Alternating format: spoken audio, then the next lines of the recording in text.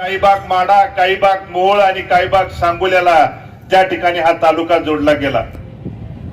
आणि 2009 ला पहिल्यांदा देवभूमी असणारं हे पंढरपूर आणि संतभूमी असणारा मंगळवेढा या मतदारसंघाचं प्रतिनिधित्व शेतकऱ्याचा पोरगा म्हणून त्या ठिकाणी इथल्या तमाम उपस्थित असणाऱ्या वडीलधारी पदाधिकारी मायबाप जनतेने आदरणीय नानांच्यावरती त्या ठिकाणी लोकप्रतिनिधी सेवक म्हणून जबाबदारी दिली।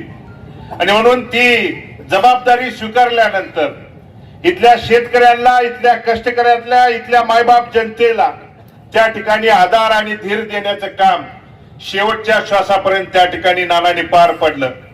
मग ह्या भागात साहेब उजनी असेल, भाटघरचं टेल टू हेड पाणी त्या ठिकाणी गेलं पाहिजे।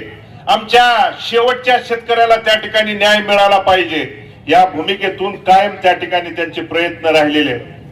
त्याचबरोबर शेतीचं पाणी असेल, शेतकऱ्याला पाणी आणि विजेची त्या ठिकाणी अडचण सोडवल्यानंतर शेतकरी आपला काबाड कष्ट करणारा शेतकरी आहे आणि म्हणून जास्तीचं उत्पन्न त्या ठिकाणी घेऊ शकतो। म्हणून एखाद्या शेतकऱ्याच्या डीपी जळाल्यानंतर त्याला बांधावरती त्या ठिकाणी पोच करण्याची जबाबदारी लोकप्रतिनिधी म्हणून त्यांनी त्यांच्या शेवटच्या श्वासापर्यंत पार पाडली।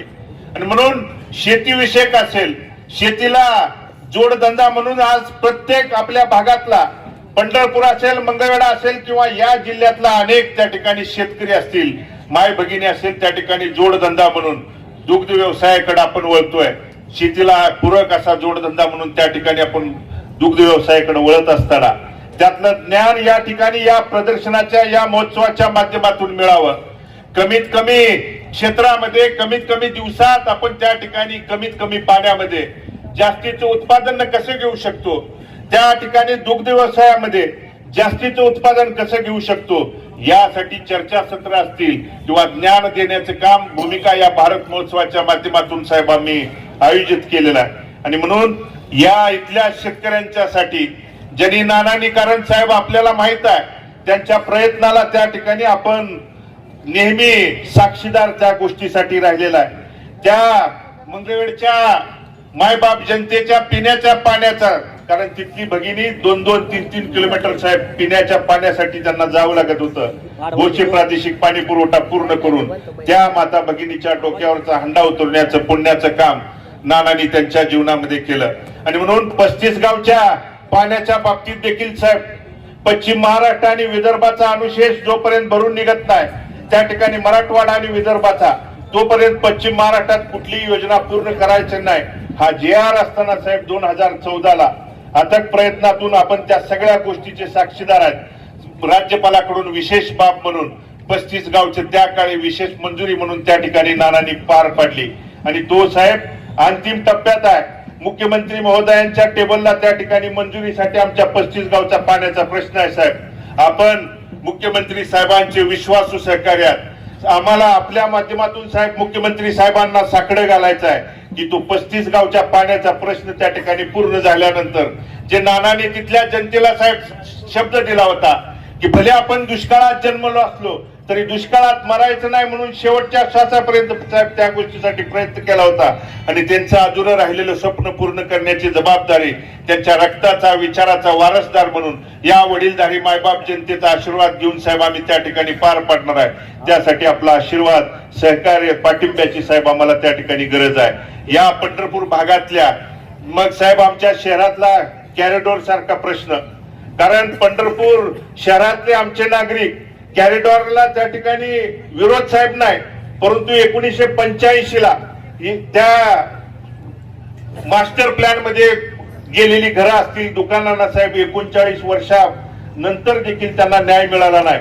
आणि म्हणून जर कॉरिडॉर सारखा प्रयत्न करून आमच्या तिथल्या सर्वसामान्य नागरिकांची घरं, दुकानं साहेब उद्ध्वस्त होत असतील तर त्या ठिकाणी आमचा नवीन गोष्टीला, सुधारणेला कोणताच त्या ठिकाणी पंढरपूरकरांचा कधी विरोध नाही, परंतु नुकसान आणि त्या ठिकाणी त्यांना त्रास न होता तिथली सुविधा पुरवाव्यात साहेब आपण त्यामध्ये लक्ष घालण्याची आपण साहेब गरज आहे। इथल्या भाटघरच्या आणि आमच्या उजनीवरच्या शेतकऱ्यांच्यासाठी साहेब, कारण पाण्याची पातळी, आम्हाला पाणी उजनी मधलं पाणी कमी असल्यामुळे साहेब आम्ही जानेवारी मध्ये त्या ठिकाणी पाण्याची गरज नाही, कारण आम्हाला मार्च पासून पाण्याची गरज आहे. पुढचा आज फेब्रुवारी संपत आलाय. मार्च म्हणजे आपल्याला तिथल्या भाटगरवरच्या उजनीवरच्या कॅनलवरची जी गावं आहेत त्यांना पाण्याची गरज आहे. आणि म्हणून त्या नियोजनाच्या बाबतीत साहेब आपण भले आरोग्यमंत्री आहात, या राज्यातल्या तमाम गोरगरिबांच्या आरोग्याची काळजी घेत असतानाच इथला शेतकरी, इथला सर्वसामान्य केंद्रबिंदू मानून साहेब आपण आपल्या जीवनामध्ये काम केलेलं आहे. आणि म्हणून आपल्या हातून त्या ठिकाणी इथल्या शेतकऱ्यांच्या बाबतीत, सर्वसामान्यांच्या बाबतीत आपण जो पाहिजे तो निर्णय त्या ठिकाणी घेण्याची भूमिका आपण कायम त्या स्वरूपी दाखवलेली आहे. आणि तीच भूमिका उद्याच्या आमच्या या पंढरपूर आणि मंगळवेढ्याच्या बाबतीत त्या ठिकाणी घ्यावी. कारण साहेब हा आमचा परिवार स्वाभिमानी आणि त्या ठिकाणी सर्वांना सोबत घेऊन जात पात गट गटाच्या पलीकडे जाऊन त्या ठिकाणी एकत्रित गुन्ह्या गोविंदानं नांदणारा परिवार आहे.